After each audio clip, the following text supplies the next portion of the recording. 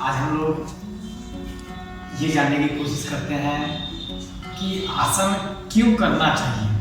जैसे बहुत सारे लोगों का सवाल रहता है कि क्या ये बीमारी ठीक हो जाएगी, क्या वजन कम हो जाएगा, क्या हमारा वजन बढ़ जाएगा, वगैरह वगैरह कई प्रकार के प्रश्न लोगों के रहते हैं। तो आज हम लोग ये जानने की कोशिश करते हैं कि वास्तविक रूप से योग आसन हमारे शारीरिक, मानसिक, सामाजिक स्तर पर किस प्रकार से हमको लाभ पहुंचाता है। तो आसन और योग आसन या व्यायाम के हमारे शरीर पे क्या लाभ पड़ते हैं, तो हम लोग जानते हैं। सबसे पहले ये जाने, नियमित आसन करने से भोजन भली भांति पचता है तथा मंदाग्नि, कब्ज, अजीर्णता, नज़ला, पीलिया एवं यकृत विकार नष्ट होने लगते हैं। हमारे शरीर को हल्का महसूस होने लगता है। वात, पित्त, कफ रूपी दोष सम हो जाते हैं। और जैसे जैसे हमारा योगासन अपने स्तर पर पहुंचना शुरू होता है, मांसपेशियों पर योगासन का बहुत ही अच्छा प्रभाव पड़ता है। उचित योगासन नहीं करने से पुरुषों की तोंद और स्त्रियों के कमर का निचला हिस्सा भारी होता जाता है। नियमित आसन करने से शरीर सुडौल हो जाता है। पेट, कमर, घुटने में लचीलापन आने लगता है और रक्त शुद्ध होने लगता है। अनगिनत लाभ होते हैं योगासन के, सुनते चलते हैं हम लोग। हड्डियों पर क्या प्रभाव पड़ता है ये भी हम लोग जानते हैं। हमारा शरीर अप्रक्ष 206 हड्डियों का ढांचा मात्र है। नियमित आसनों से हड्डियों पर बड़ा अच्छा प्रभाव पड़ता है। हमारा संपूर्ण शरीर रीढ़ की हड्डी पर निर्भर करती है। शक्ति का उत्पादक केंद्र हमारी सुषुम्ना में स्थित होती है तथा लकवा, आर्थराइटिस आदि रोग जो सुषुम्ना दोष से होते हैं धीरे धीरे ठीक होने लगते हैं। रक्त संचार पर क्या प्रभाव पड़ता है? योगासनों के रक्त संचार करने वाले अवयव पुष्ट होते हैं। रक्त संचार तेज होता है। इससे अवयवों को पोषक तत्व मिलने शुरू हो जाते हैं।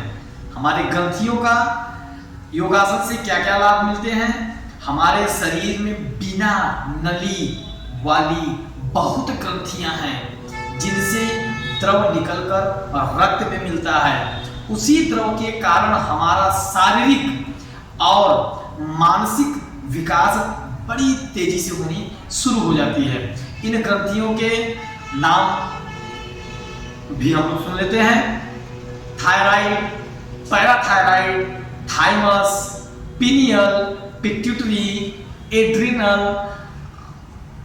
और बहुत सारे हैं। योगासनों से इन सभी ग्रंथियों पर नियंत्रण होना शुरू हो जाता है।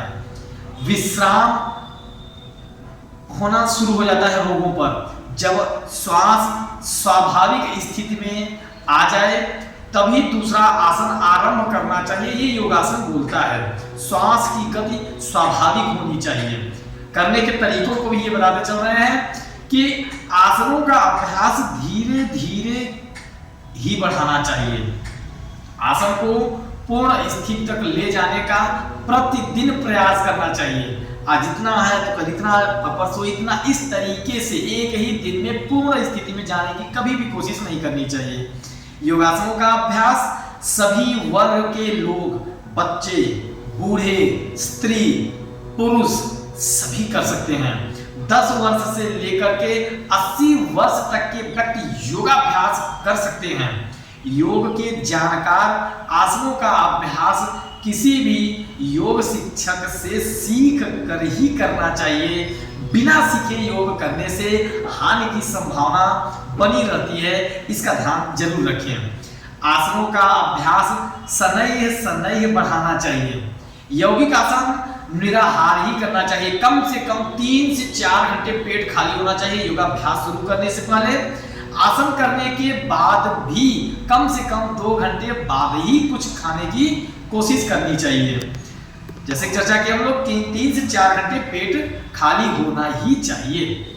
योगासन करने वाले व्यक्ति को अधिक भोजन करने की आवश्यकता नहीं होती है, भोजन हल्का ही होना चाहिए। कठिन रोगों में ज्वर पीड़ित व्यक्ति को प्राणायाम तथा आसनों का अभ्यास नहीं करना चाहिए, थोड़ा उसमें आराम की जरूरत होती है। उसके बाद ठीक होने के लिए फिर से हम उस पर नियमित अभ्यास करना शुरू कर देते हैं।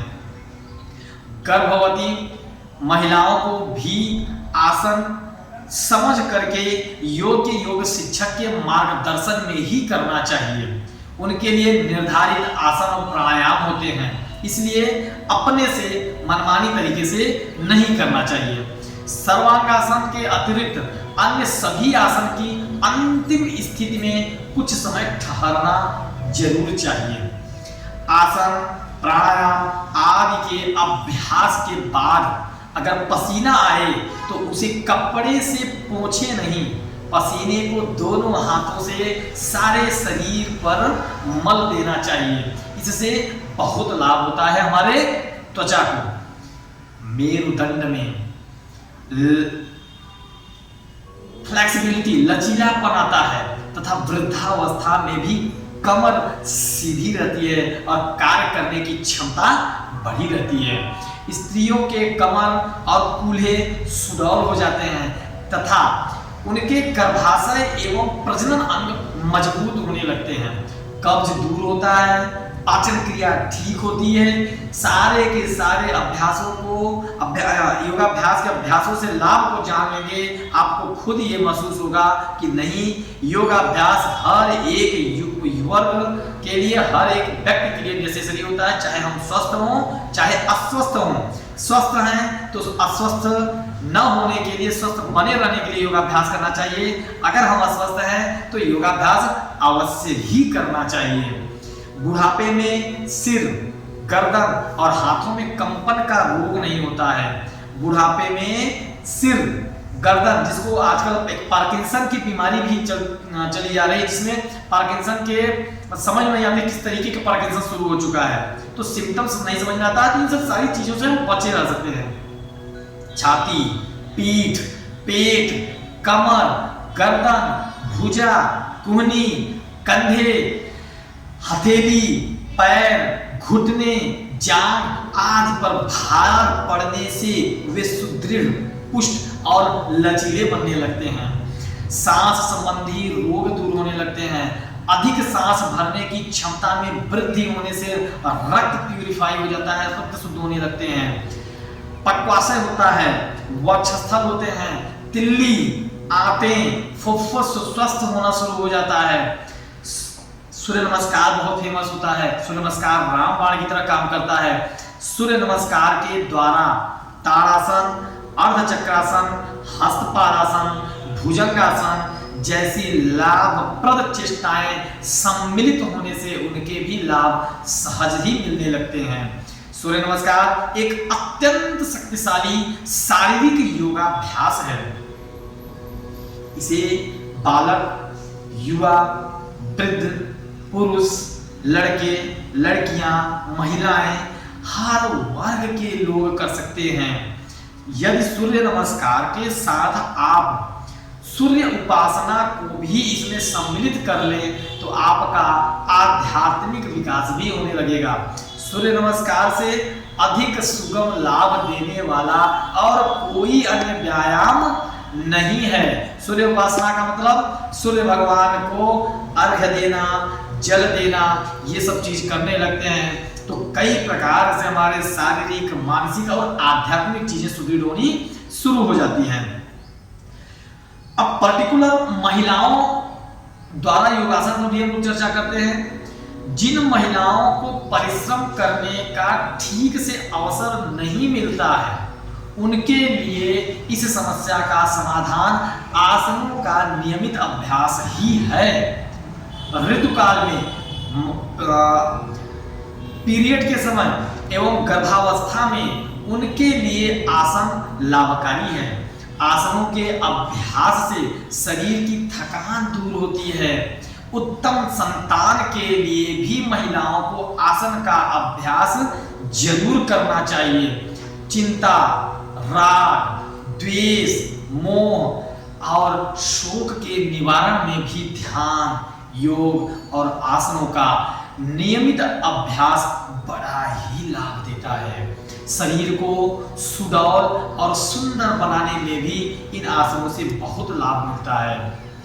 विद्याध्ययन, मस्तिष्क से कम करने, अत्यधिक थकान वाले काम करने वाले बुद्धिजीवी और वैज्ञानिक आदि भी इन आसनों का नियमित अभ्यास कर सकते हैं और बेहद लाभ प्राप्त कर सकते हैं, जिससे उनका शरीर दिन भर हल्का बना रहेगा।